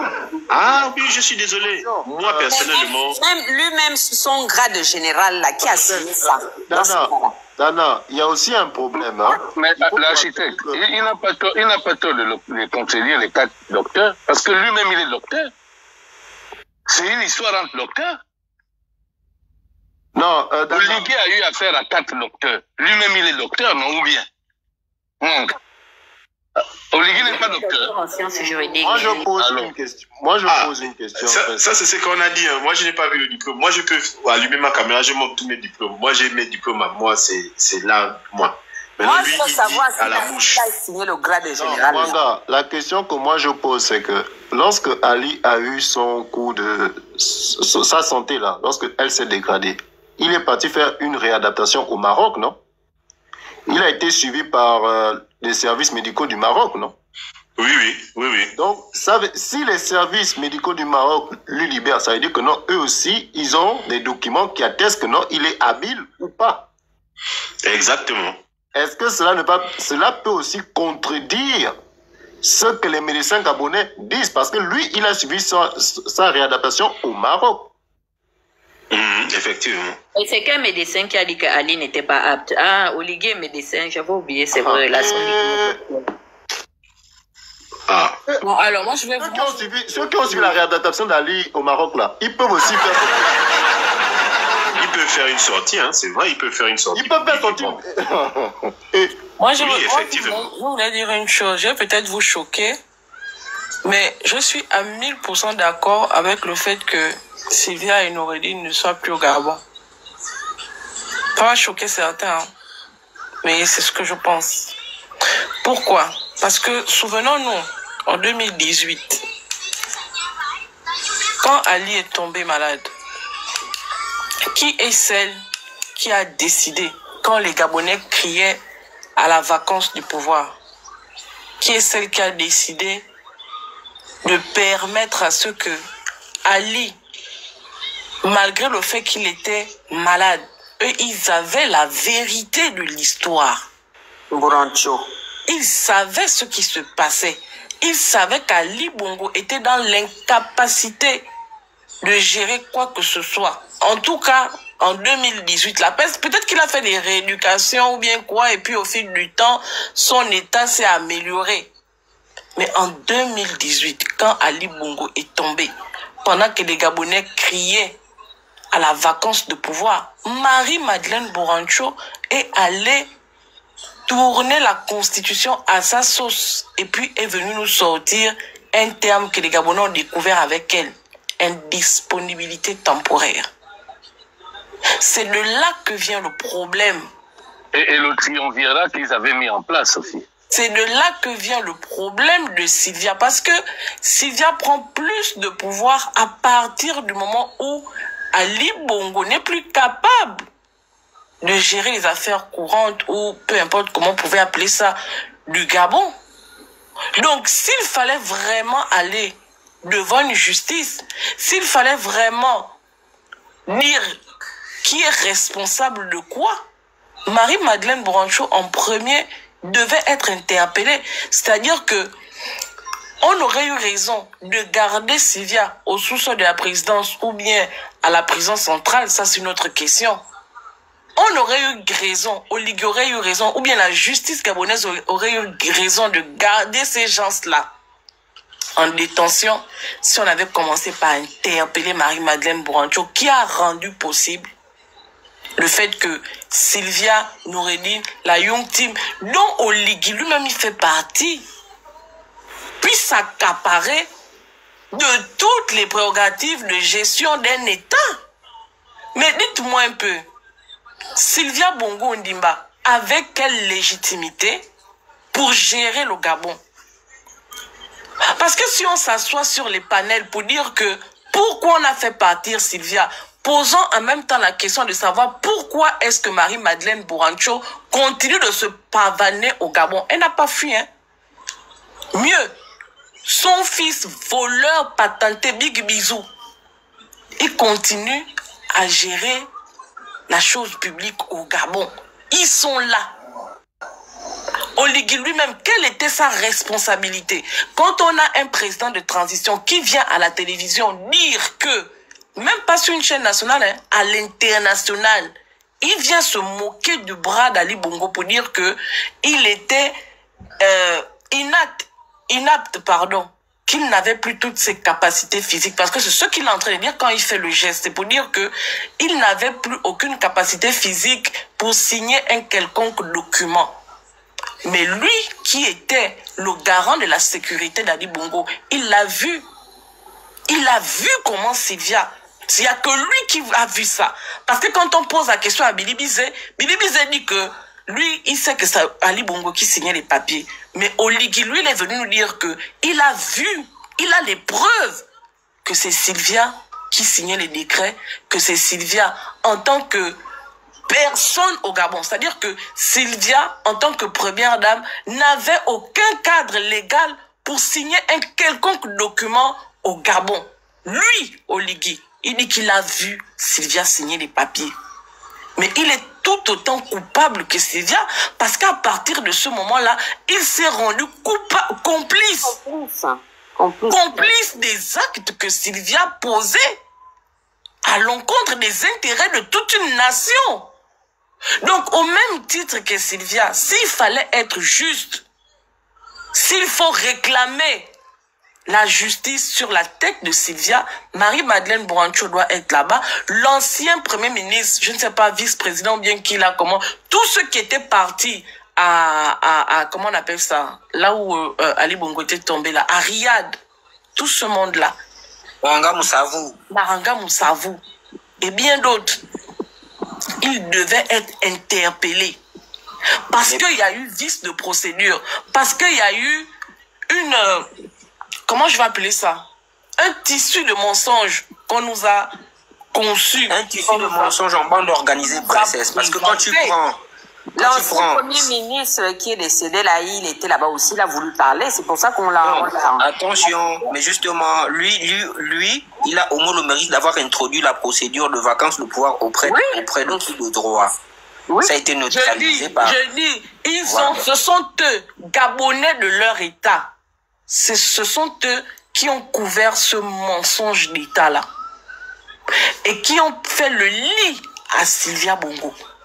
Ce sont eux qui ont permis à ce que Sylvia Bongo, en dehors de tout cadre légal, vienne diriger le Gabon.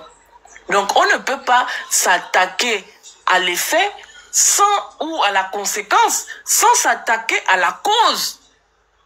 On ne peut pas le faire. Et moi, je ne suis pas d'accord avec ça, en fait. On peut tout reprocher à Sylvia. Sylvia a volé. Sylvia a fait comme ça. Sylvia a fait comme ça. Encore faudrait-il le prouver. Et la force de ces gens-là aujourd'hui, c'est quoi? C'est que, de façon légale, ils n'avaient aucune prérogative. Ils n'avaient aucun mandat pour signer quoi que ce soit, bien pour décider quoi que ce soit. Ce sont nos frères gabonais. Ce sont ceux qui se sont présentés aujourd'hui comme les sauveurs du Gabon, qui ont permis à ce que nous soyons dans cette situation-là. Donc, s'il faut faire un procès à Sylvia, voilà pourquoi Bilibi Zé a dit, mettons en place une commission vérité, justice et réparation. Pourquoi Oligui refuse impérativement de mettre en place cette commission-là? Pourquoi il le refuse?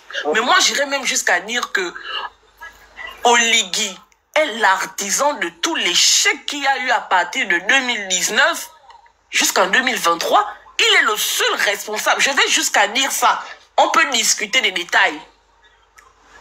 Mais en gros, parce qu'à la fin, on se rend compte que c'est lui qui était à la manette depuis 2019. Il préparait son coup.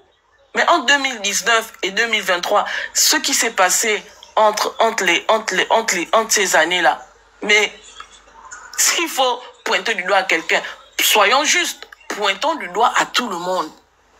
Voilà pourquoi moi je dis que je suis d'accord avec le fait que ces gens-là soient partis du Gabon. Et quand on veut faire la justice, on ne se fait pas justice à soi-même. On ne s'assoit pas dans sa maison, on réfléchit à aller je n'ai même pas envie de dire les termes, sinon mon compte va sauter, c'est mon compte principal. Et quand vous écoutez Oligui vous expliquer pourquoi il a fait le coup d'État, il n'a pas fait le coup d'État parce que Sylvia était trop régente, trop puissante, elle détournait l'argent parce que lui-même il a détourné l'argent quand il est arrivé au commandement en chef de la garde républicaine. Le budget de fonctionnement était à 20 milliards. Oligui a doublé ce budget-là. Il s'est passé de 20 à 40 milliards. Qu'est-ce qu'il a fait de cet argent-là? Il en a fait quoi? Donc, à un moment donné, asseyons-nous, soyons assez lucides et analysons les faits avec beaucoup de froideur ou de lucidité. Ce sont eux les responsables. Oligui est la dernière personne qui pouvait venir dire que il vient sauver le Gabon de quoi que ce soit parce qu'il a participé à ce que le Gabon soit dans la situation où nous trouvons actuellement. Je me mute. Mais moi, j'ai une question un peu intéressante. Je me permets, je voulais répondre. En fait, Merci beaucoup, princesse. Les seules personnes qui sont juridiquement capables, jusqu'à preuve du contraire, c'est-à-dire on va abstraire au liquide, d'emmener Ali Bongo et Sylvia, pour le moment, hein, à un procès, ce sont les Agéviens. Parce que le nom de Sylvia est sorti, ou l'implication de Sylvia pour la première fois sur le plan judiciaire, c'est lorsque le procès des assises des Agéviens commence. Et je ne sais pas si vous vous souvenez, lorsque Patricia Tanassa, ex-directeur général de Gabon Oil, va tout simplement parler de l'implication de Sylvia et des fonds qu'elle demandait ou qu'on demandait à ceux qu'il défalque en faveur de sa fondation, qu'est-ce qui va se passer? Pendant ce procès, on va demander aux gens de vider la salle. Donc, moi j'estime qu'on a capturé Sylvia, d'une part, on aurait dû d'abord confronter Sylvia pour l'affaire qui était déjà en instruction des Agéviens. Maintenant, son implication, selon laquelle elle aurait joué un rôle auprès de comment on appelle ça, de l'État gabonais en tant que régente, ça c'est un second, c'est-à-dire que ça vient au second plan. Mais le premier plan d'abord, où il fallait élucider la vérité, tous les acteurs, Dieu merci, ne sont pas encore morts, les Agéviens étaient tous au Gabon, Sylvia, son enfant et le mari étaient aussi au Gabon, Oligui aurait dû permettre à la justice de s'auto-saisir.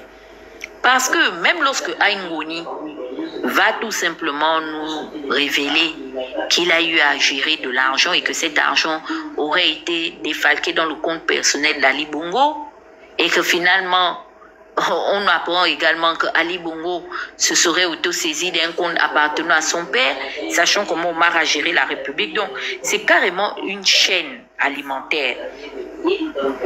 Bouanso, c'est Sylvia qui devait l'emmener. C'est comme ça qu'ils sont en train de se suivre. La GEV est derrière les Akombesi Boys. C'est-à-dire, c'est comme le train dans chaque wagon. On devait capturer Akombesi. Après, on aurait ramené les Magloire Gambia, comment il s'appelle, l'ancien ministre du pétrole et tous ces gens-là. On devait les aligner dans les tribunaux. Et je vous jure que ça allait faire jaser. C'est même pas d'abord pour l'affaire des falsifications. La signature, c'est secondaire. Moi, j'estime qu'ils se sont servis dans l'argent de l'État. Et je veux comprendre pourquoi et comment ça s'est fait. Qui a toléré à tous les niveaux. Les anciens ministres devaient être appelés à témoigner. Les anciens directeurs généraux. Anou Nganji devait être devant un tribunal. Quand Oligui s'auto-saisit et prend la responsabilité de faire libérer les Valentins, mais il faudrait que la population soit exigeante afin de l'écouter entre l'interview qu'il a donnée à Boisbouvier et ce qui s'est passé peut-être 30 jours après ou 25 jours après cette interview. Qui a influencé Oligui? Que font les Valentins Bongo dehors? J'étais en train de dire que Sylvia n'a pas été interpellée par rapport à l'histoire de Tanasa. C'est vrai que Tanasa, au procès, a cité Sylvia Bongo. On se souvient même que la cruche à Lianga, quand il est arrivé à la barre, il a dit qu'il parlait si et seulement si on ramenait Ali Bongo, parce que à ce moment-là, c'était dans les comptes d'Ali Bongo, soi-disant qu'il allait se servir. Mais quand Sylvia Bongo tombe, quand on capture Sylvia Bongo, ce n'est pas pour l'effet des Agéviens, c'est pour faux et usage de faux, comment on appelle ça, haute trahison et tous les chefs-d'œuvre qu'on on leur a collés au dos. Je suis d'accord avec toi, mais la justice a compétence de s'auto-saisir. Maintenant, je dis, maintenant, permettez-moi, maintenant, ce que je dis, c'est que ce qui aurait permis de révéler tout ce dont tu as entendu là, moi je suis d'accord avec toi quand tu dis que c'est une chaîne, hein, c'est-à-dire qu'on se suit à la queue de l'autre. Quand un passe devant, l'autre attrape derrière et puis le train continue. Chacun se colle à la queue là pour se suivre. Parce que en réalité, toutes ces personnes-là sont reliées par une affaire ou une autre. Ce qui aurait permis de mettre tout à plat Ça aurait été la commission vérité justice. Commission vérité justice, chacun serait venu dire que voilà tel problème, j'ai tel problème. Dans mon problème là, c'est tel qui m'avait induit là-bas. Moi j'ai fait ça parce que tel a fait ça. Et puis on aurait attrapé tous les fossoyeurs, tous les brigands, tous les voleurs. Et qui lui-même il serait sorti dedans. Parce qu'il est dans la chaîne.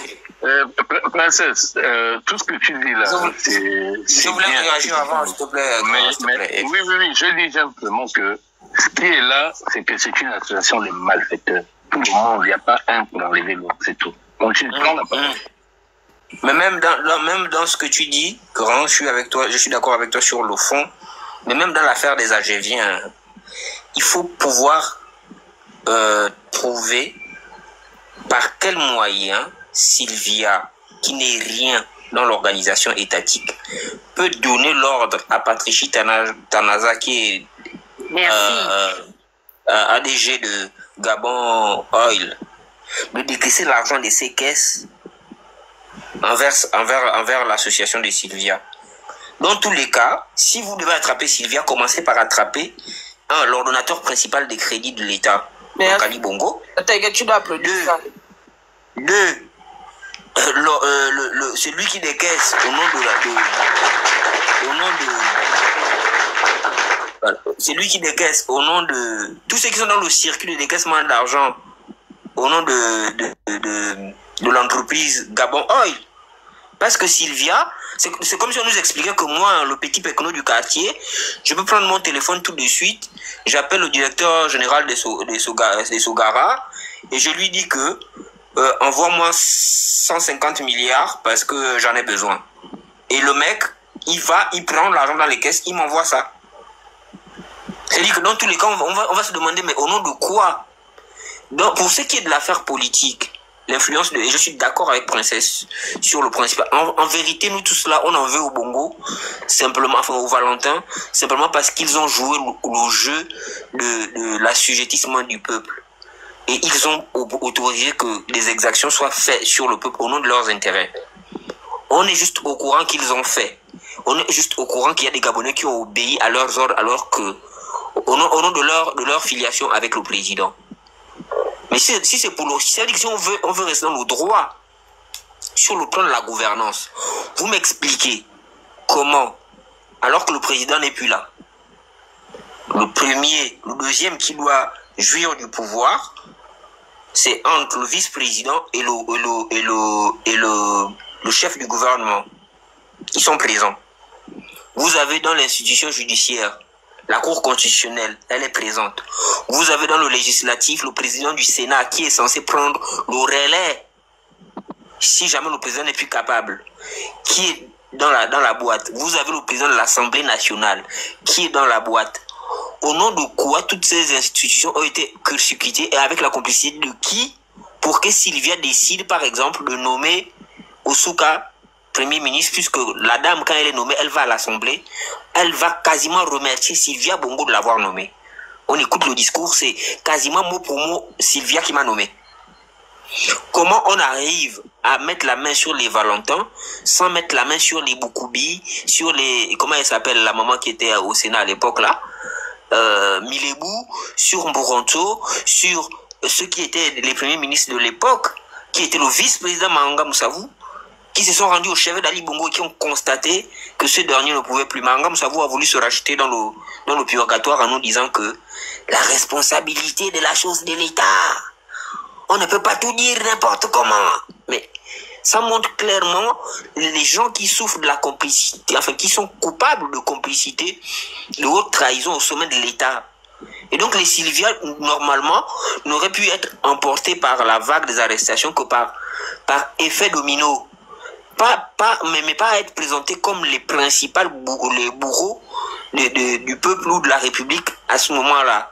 Parce qu'ils n'étaient rien dans l'ordre institutionnel. Donc ils ne pouvaient pas donner des ordres aux gens. Si le commandant en chef, par exemple, de la GR, qui est responsable au premier plan de la sécurité d'Ali, arrivait à obéir à Noureddin Bongo, même eux-mêmes les Black Boys, c'est-à-dire que quand on dit que la cruche a volé l'argent dans les caisses de l'État, la cruche était quoi en fait? Il est ordonnateur de crédit à quel niveau? Mais à qui il pouvait donner l'ordre de sortir l'argent? Voilà pourquoi on avait interpellé les Fabrice Andjoua qui étaient, comment on appelle ça,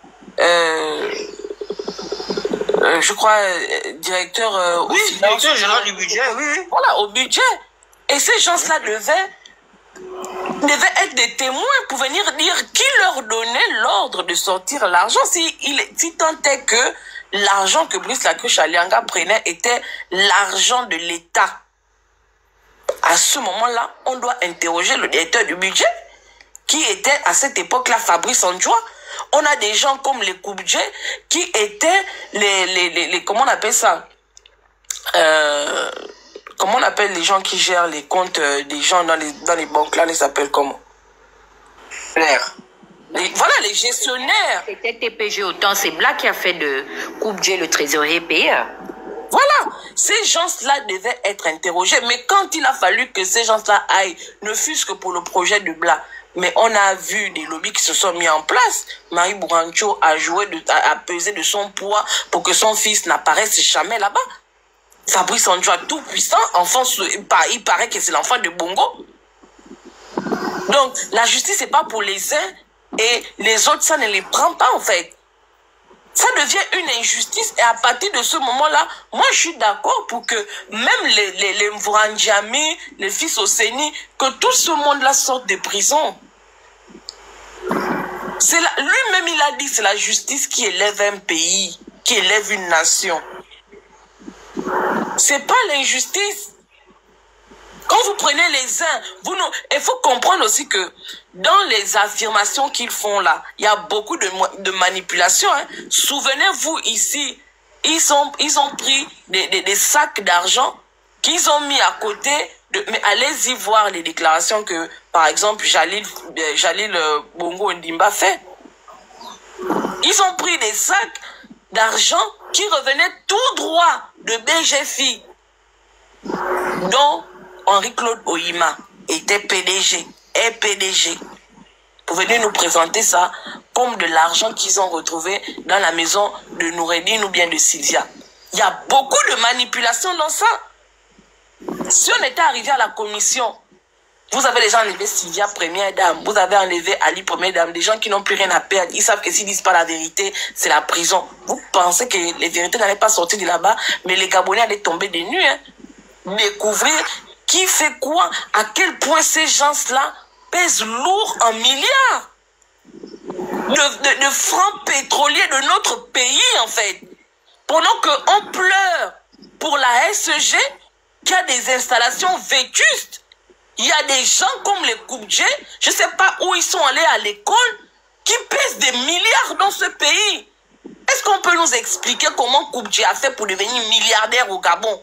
Est-ce qu'on peut nous expliquer comment Fabrice Andjoua a fait pour devenir milliardaire au Gabon? Est-ce qu'on peut nous expliquer comment tous ces milliardaires en France et FAT de pétrole là ont fait pour être milliardaires au Gabon alors que les Gabonais peinent à avoir de l'eau dans leur ménage? Est-ce qu'on peut nous expliquer ça à un moment donné? Moi, je vais dans le même sens que toi, princesse. Sur ce que tu dis pour Ali, Sylvia, là. C'est même la raison pour laquelle je crois qu'Ali Bongo a réussi à sortir du Gabon avec sa famille sans qu'Oligui ne puisse empêcher cela. C'est parce que lui-même, il sait qu'il est trempé. Ils sont tous trempés quelque part là-bas et c'était pas dans son intérêt à lui ou aux autres de faire passer Sylvia là-bas ou Ali Bongo ou son fils. Parce qu'il y a des choses qui allaient sortir. Je pense que c'est pour ça qu'Ali Bongo est dehors aujourd'hui et qu'ils l'ont laissé partir. Parce qu'ils sont tous trempés, c'est la mafia. Donc je pense que je vais dans ton sens.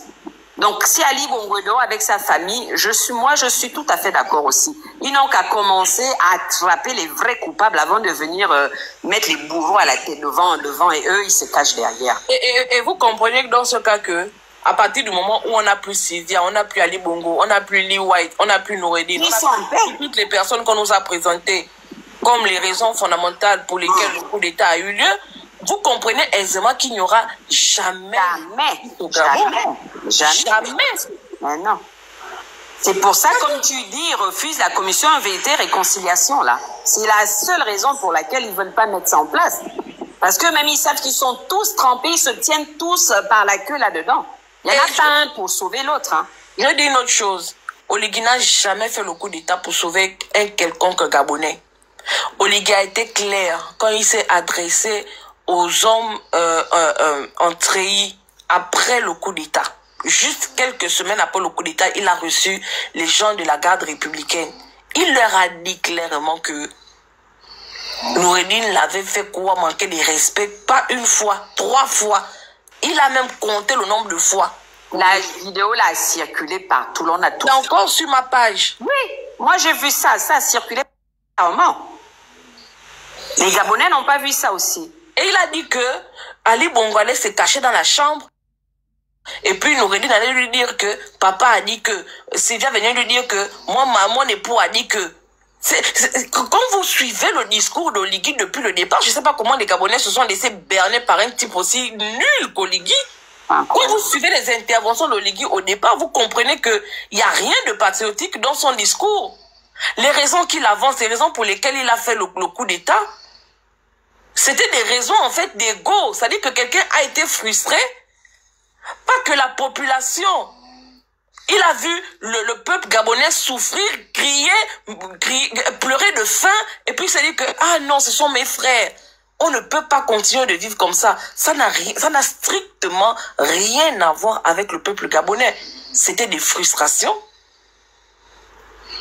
C'était l'ego. Depuis qu'il était au Sénégal là-bas, on l'a viré. Il a nourri des remords, je sais pas, des frustrations. Et il s'est levé un jour pour dire que il va venir embrouiller les Gabonais pour raconter des bêtises. Et toute une nation s'est assise pour dire que on va faire de quelqu'un comme Oligui président de la République gabonaise. Mon Dieu. Des gens qui ont causé le tort dans ce pays-là. Les gens qui ont passé leur temps à voler le Gabon. Oligui, il a dit dans ses discours que quand il a commencé à la garde républicaine, il était payé à 55 000. Expliquez-moi comment Oligui a fait pour acheter sa maison à Washington d'une valeur de 1 million de dollars. Expliquez-nous comment il a fait ça. Il va venir attraper qui? C'est qui est le voleur qui va venir attraper un autre voleur? Quand il met Sylvia en prison, lui-même, dans sa tête, il n'est pas conscient que moi qui attrape Sylvia là, j'ai volé. Donc toi, tu es plus gabonais que qui pour estimer que tu avais le droit de voler les Gabonais et que les autres voleurs comme toi n'avait pas le droit de le faire. Quand il s'agit des autres, à ce moment-là, ta fibre patriotique s'éveille. Mais quand il s'agit de toi-même, même pendant la transition, la charte de la transition a dit qu'il devait avoir une déclaration de patrimoine. Oligui a déclaré son patrimoine quand? Jamais de la vie. Parce qu'il ne peut pas justifier sa fortune. Il ne peut pas justifier le fait qu'il ait autant de maisons, que ce soit à Libreville, à Franceville, aux États-Unis, en France. Il ne peut pas. Il va justifier ça. Comment? Comment il fait?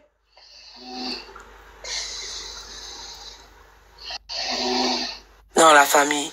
Moi, je sais pas dans quoi on s'est mis, mais Oligui, c'est la plus grosse arnaque politique de notre pays. Et je sais pas comment on va faire pour sortir de là, mais on est parti pour, je ne sais pas. Si Oligui avait vraiment la fibre patriotique, la première chose qu'il allait faire en arrivant au pouvoir, c'était de sortir Kelly Obiondo dehors. C'était le premier acte fort qu'il devait poser. Pour montrer aux Gabonais que regardez, c'est mon jeune frère, un gars de l'armée comme lui. Il a voulu faire la même chose que moi auparavant, parce qu'il combattait les gens justement qui vous oppriment aujourd'hui. Moi j'ai réussi, nous sommes ensemble, il allait le prendre, ils allaient travailler ensemble. Pour montrer aux Gabonais qu'il est vraiment dans la vérité. Du moment qu'il a resté Kelly en prison jusqu'aujourd'hui et qu'il n'est jamais sorti, ça voulait dire tout simplement que son truc était faux depuis le début jusqu'à aujourd'hui. Et ça, les Gabonais n'ont pas compris. Tu sais, ce que les Gabonais attendaient le plus, hein, c'était de voir Morancho en prison. Ça, c'était le souhait de tous les Gabonais. De voir tous ceux qui ont fait du mal à ce pays. Mais, non, moi, je parle d'Oligui. Oui, mais je dis non. C'est ce que je dis. C'est-à-dire qu'Oligui devait mettre Morancho en prison. Parce que elle fait partie de ceux qui ont détruit ce pays-là. Sinon, on peut dire que c'est l'épine dorsale même, cette femme-là. Mais malheureusement... Mais c'est Morancho qui est l'architecte du coup d'État. Il n'est qu'un exécutant. C'est quoi, depuis qu'il est là, il ne touche à personne. Les seules personnes où à l'unanimité ils étaient d'accord de sortir de leur schéma, c'était Najma et son enfant. Remarquez même bien, Ali Bongo n'a jamais eu à répondre de rien. Et Giovanni vient de dénoncer quelque chose de fondamental. S'il y a eu décaissement d'argent, allons-y même sur ce qui s'est passé avec les Agiviens. Qui donnait l'ordre de décaisser? Pourquoi Ali Bongo n'a jamais eu à répondre? Pourquoi aucune procédure judiciaire n'a jamais été entamée vis-à-vis d'Ali Bongo en tant que président déchu, soi-disant un président qu'on aurait renversé au soir du 30 août par le monopole d'un coup d'État? Donc, tu vois que déjà, il y avait une volonté manifeste à écarter juste des personnes qui étaient assez gênantes, mais il fallait continuer dans les mêmes schémas et c'est vers là où nous sommes. C'est pourquoi je dis qu'à un moment donné, il faut responsabiliser aussi la participation volontaire d'une frange de la population qui a estimé que malgré qu'ils voyaient Morancho dehors, malgré qu'ils voyaient toutes ces personnes en totale impunité circuler dans tout l'espace territorial et les alentours, ils ont choisi d'accompagner la politique d'Oligui Nguema. Là, je parle de mes propres frères qui sont soi-disant des cyber-activistes. Je parle de ceux de la société civile. C'est pourquoi quand je vois un gars comme Foumbula, excusez-moi, je me pose la question de savoir donc quoi nous sommes en fait. C'est un comédien. Parce qu'il savait à quel niveau d'implication ces personnes étaient mouillées et à quel point elles ont été responsables de la situation que nous avons tous eu à subir en fait. Oui, les combattaient même avant. Il y a des gens qui ont voulu nous convaincre que, avec ces personnes à la manœuvre, les choses auraient été différentes. Nous, les lives que nous faisons au jour d'aujourd'hui, en posant la question, même à ceux qui les ont suivis, moi j'étais choquée de voir des intellectuels, des grands frères, des grandes sœurs à qui je donne du respect, même en diaspora, accompagner Oligui aux urnes avec Morancho à ses côtés. Le comble, qui était le directeur de campagne d'Oligui? Monsieur Jean-Pierre Oyiba. Qui était Jean-Pierre Oyiba en 2023 même, de la même année qu'Oligui est arrivé à la tête du Gabon? Ce n'était pas le directeur de campagne d'Ali Bongo. Vraiment. Donc, le PDG était à la manœuvre. Le PDG était là matin, midi et soir, à nos côtés. Et nous avons décidé de partir aux urnes, sachant qu'on partait sous la bannière du PDG. Les bâtisseurs ne sont qu'un parti de façade. Le véritable détenteur de tous les pouvoirs a été celui du PDG. C'est pourquoi vous allez remarquer les deux plus hautes distinctions de nomination ont été remises à des PDGistes de souche et d'origine, qui ont l'ADN du PDG. La vice-présidence et la vice-primature aujourd'hui, je peux dire, qui est devenue la vice-présidence de la primature. Donc, le PDG est là. Le PDG ne peut pas se mordre la queue. Donc, ils vont tous se protéger. C'est vrai, Chambrier était fâché avec Ali Bongo, mais ils ont tous intérêt à se protéger parce que la vérité, c'est quoi? C'est que le procès de Sylvia aurait ouvert la boîte de Pandore où Sylvia, étant arrivée aussi à une certaine époque, n'ayant pas cette même influence, a assisté aussi à des choses qui se sont faites devant elle en tant que femme de l'ancien ministre de la Défense, en tant que belle-fille d'Omar Bongo. Donc, elle allait parler. Et je vous dis que c'est un procès qui allait faire péter même d'autres palais présidentiels, dont celui de la Côte d'Ivoire. Donc c'est un truc, c'est-à-dire que nous étions assis sur une boîte de Pandore. C'est pourquoi vous voyez que c'est pas seulement l'Union africaine, c'est le continent qui s'est levé pour dire que pardon, pas de procès des Bongo, parce que ça va faire, mais ça devait chauffer. les affaires de la France-Afrique seraient remontées en surface. Les hold-up électoraux volent des élections. Il fallait dédommager la mémoire de Mamboulou et tout. C'est très grave. Donc, au jour d'aujourd'hui, Oligui est là, de façade, mais ceux qui sont à la manœuvre, ce sont les pédégistes. Si les Gabonais ne l'ont pas compris, nous sommes assis. Moi, je le dis clairement, hein, je n'ai pas besoin de répéter. Je ne prendrai aucun avion pour venir au Gabon me mettre face à l'armée parce que je dois trop montrer que je suis trop éprise des libertés. Je veux le véritable changement. Je vais rester dans mon petit confort de la diaspora sans les papiers, sans domicile. Je vais dormir sous les ponts. Sans mes papiers, au moins j'ai mon électricité.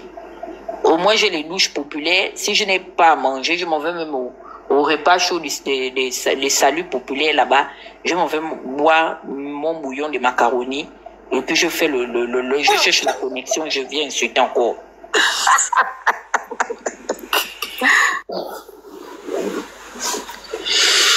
La famille, moi je vais descendre 1h du matin. Oui, on va conclure, on va conclure. C'était le petit Ngosé. Moi, pour finir en conclusion, moi je dis que le problème du Gabon, c'est le Gabonais. Même quand on dit les étrangers sont arrivés, nous diguer, patati patata. Excusez, hein, c'est le petit qui dort. Qui a permis à ce que les gens comme Akrombessi, les gens comme Liban Suleiman, les gens comme tous les étrangers qui étaient autour d'Ali Bongo là, on a fustigé, on a dit que non, s'ils n'étaient pas là. Ce sont nous-mêmes, les Gabonais, qui avons permis à ce que ces gens-là nous piétinent. C'était des Gabonais qui étaient derrière ces gens-là. On a vu des Gabonais faire des salamalek à ces gens-là. Jusqu'à, ils sont partis à Bongoville, dit que Akrombessi était un Kani. Mais quand vous écoutez un Kani là, c'est Altogovéen, hein? C'est Teke. Vous pensez que qui a donné à Akrombessi Kani? Vous pensez que c'est les Béninois ou les Togolais qui sont venus dire que Akrombessi est un Kani? C'était des Gabonais. Ils se cachaient autrefois derrière des excuses comme non, ce sont les étrangers. Aujourd'hui, ce sont eux qui sont à la manœuvre. Il paraît qu'Oligui est Gabonais. Il paraît que toutes les personnes qui sont autour de lui là, ce sont les Gabonais. Comment comprendre que aujourd'hui le pays est entre les mains de ses fils et qu'on soit à vivre ce qu'on vit pour revenir à la SG, seulement à la SG? Comment comprendre que des Gabonais acceptent de voir leurs frères Gabonais dormir pendant plus de 5 jours sans électricité? Il n'y a pas d'eau. Le chômage frappe. Les jeunes sont obligés d'aller dans la débauche. Les jeunes, ils sont oisifs. Ils ne savent pas ce qu'il faut faire. Pourtant, ce sont des Gabonais de souche qui sont à la tête de nos institutions. C'est un Gabonais pur et dur, comme il a dit qu'il est passé par Mbaya. Un Gabonais soi-disant pur et dur qui est à la tête de notre État depuis pratiquement 3 ans. Quelle est la plus-value d'Oligui? Bilan sur 3 ans. Qu'est-ce qu'Oligui a véritablement fait pour que le quotidien des Gabonais change? Lui qui est Gabonais et qui a en face de lui une population gabonaise. Qu'est-ce qu'il a fait? Rien du tout. D'où ma conclusion. Le problème du Gabonais, c'est le Gabonais. Ce sont les Gabonais qui ont permis à ce que les étrangers viennent foutre la merde dans notre pays. Ce sont eux aujourd'hui qui continuent de foutre la merde dans notre pays. C'est mon mot de fin. Bon, moi, ce que je veux dire, c'est juste que moi, j'espère juste que cette dame de Sylvia-là pourra faire une interview un jour pour essayer de dire tout ce qui s'est passé afin de pouvoir mettre à nu toute la forfaiture au sommet de l'État. Parce que c'est trop facile, quoi. Il faut que les choses sortent pour pouvoir montrer que ce type-là, en réalité, n'est pas venu pour nous sauver ou pour aider le Gabon à pouvoir obtenir son indépendance financière, pour ramener la dignité qu'on dit aux Gabonais et tout ce verbiage qu'il a eu à dire. Moi, j'ai juste espoir par rapport à ça, parce que franchement, on se rend bien compte que il nous a menti, il nous a eu. Pour certains qui ont cru en lui, en fait. Parce qu'aujourd'hui, c'est tout un désarroi. Les gens pleurent, les gens se plaignent, les gens sont vraiment déçus. Mais on a mis un monstre au sommet de l'État et aujourd'hui, il est en train de nous piétiner. Il ne tient pas compte des points de vue de tout un chacun. La population se plaint, il s'en fout. Il fait partir la famille présidentielle sans pourtant qu'on ne soit informé, en catimini la nuit. L'île Bagné, on ne sait pas comment, qu'est-ce qui s'est passé les dessous de ce dossier, et qui ne nous dit pas que d'autres choses encore pires vont arriver. Voilà. Au niveau de derrière l'Assemblée, certains disent qu'ils n'ont pas été dédommagés parce qu'il y a une différence entre derrière l'Assemblée et derrière le Sénat. Donc, ce que je sais, c'est que ceux qui étaient vers, je crois, l'Assemblée, eux, ils avaient été dédommagés par Ali, mais est-ce que ceux qui sont vers l'ambassade de Chine, là, avaient été dédommagés? That is the question. Donc, tous ces éléments-là ne font que montrer que ce type, il n'a rien à foutre du point de vue des Gabonais, du vivre des Gabonais, et voilà. Les marchés sont attribués à ses amis. Aujourd'hui, c'est plus Olam. Il allait prendre un Burkinabé qui a pris quasiment tous les marchés et qui est en train de s'installer. Voilà quoi. On est là et on espère que un jour les choses vont changer parce que c'est notre pays, on l'aime et on veut vraiment que les choses changent. Donc c'est ça, on va se battre toujours pour le bien de ce pays quoi. Voilà, j'en ai terminé. Even, where is my lion? Moi, je vais finir au sujet des sangs. Even. Allô? Even Lake. Yes. Where is my lion? Your lion? Okay. I will send you. My gift lion. I will send you. Don't worry. When? You told me that like always. Well, next time. Okay, next time, but when? Exactly. Maybe tomorrow. Like your brother Oli Gingema. Pardon. Vas-y, parle. Anglais sur nous maintenant, pardon. Non, moi, qu'est-ce que je vais dire? Tout le monde a presque tout dit. Hein. Moi, je voulais juste dire que les Gabonais ont eu une occasion en or, quoi, de pouvoir récupérer le pays et d'en faire quelque chose de bien.